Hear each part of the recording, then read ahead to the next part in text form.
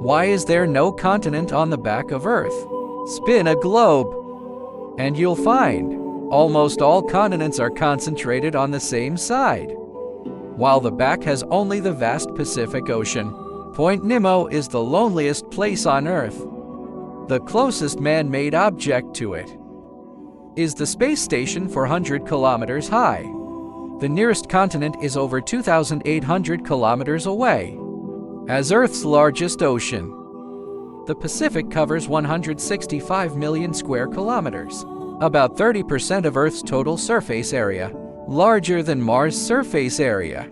As for why such a vast region has no continents, it's related to Wegener's continental drift theory. First, we need to understand Earth's land area is not basically unchanged over billions of years. Constant plate merging and splitting has caused much land to sink into the sea. For example, the earliest supercontinent covered 200 million square kilometers. Later, due to plate tectonic movement, the supercontinent began to split apart, eventually becoming today's configuration. In fact, over the past 4.5 billion years, Earth's continents have undergone at least 3 major splits and mergers, and 5 mass extinctions occurred. If we cross-section the Earth, you'll find the seemingly solid ground beneath us is actually just an eggshell floating on an endless sea of magma. Earth's internal core and mantle, convect-driven by heat. This flow causes movement of tectonic plates above the mantle. However, the Pacific plate is too large and has too low density. This causes it to slide beneath other continental plates, forming massive subduction structures. The boundaries between other plates and the Pacific plate become areas of very frequent geological activity, known as the Ring of Fire. This seismic belt perfectly isolates the Pacific plate from other plates, causing the Pacific plate to contain only ocean. With no large land masses, the only things floating in the Pacific are 25,000 small islands.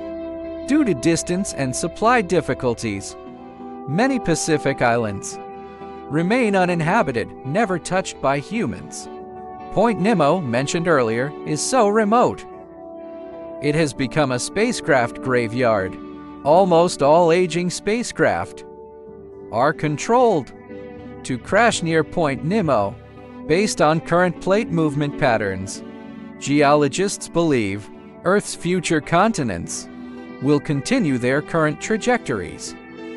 As the Pacific plate moves at 1.5 kilometers per year, all continents in the future may once again form a supercontinent, thus evolving land creatures as large as dinosaurs.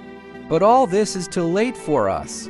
According to the Kardashev civilization scale, human civilization is currently only type 0.73, but in just 300 to 500 years, humans will become a type I civilization, followed by the era of solar system development. Earth's importance will greatly diminish then. The Moon and Mars will become new homes. As space development accelerates, and more people work and live in space, human civilization will transform into space civilization. The home planet's importance will almost cease to exist. In the vast solar system, there are hundreds of habitable worlds, resources many times those of Earth. Humans have no need to cling to Earth.